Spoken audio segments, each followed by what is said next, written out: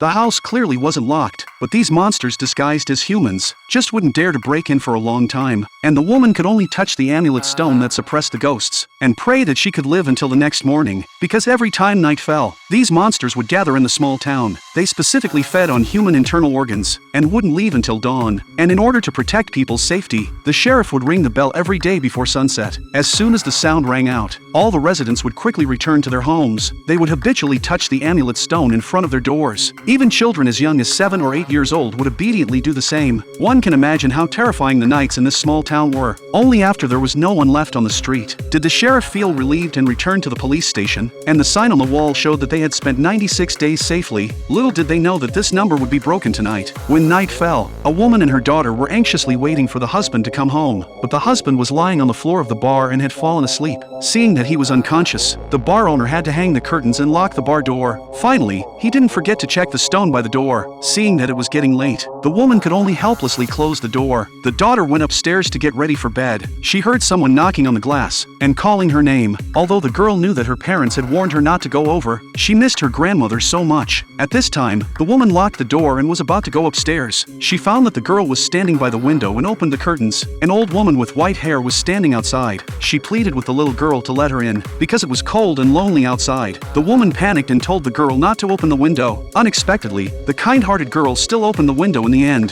The next day, after the man woke up and returned home, he found that all the neighbors were gathered in front of his house. Before he could ask what was going on, the sheriff directly slapped him. It turned out that the sheriff had reminded countless times that families with children should seal up their windows tightly, because children were the most easily deceived. But the man had been taking chances and hadn't done it. That's what led to the tragedy last night. Looking at the remains of his wife and daughter on the ground, the man knelt down on the ground guiltily, but it was all too late. He had to take responsibility for his stupid behavior. Then the sheriff called the priest to take care of their funerals. When leaving, he found the stone that had fallen to the ground. In the afternoon, the priest called on the townspeople to attend the funeral. Suddenly, a recreational vehicle appeared in the town. Everyone looked at the RV in surprise. The sheriff told everyone to leave quietly after the ceremony was over. He and the deputy sheriff would deal with this matter. After the ceremony ended, the man in the RV came to the roadside to ask about the situation, but no one paid attention to him. At this time, the sheriff took the initiative to come over. The man wanted to know the next entrance to the highway, because they had just encountered a big tree blocking their way on the highway, so they could only take a detour, and ended up here. The sheriff told him to keep driving straight and he would understand. The man felt a little strange, but he could only drive away. They drove west for 10 minutes. Suddenly, the wife found that they had returned to the small town again.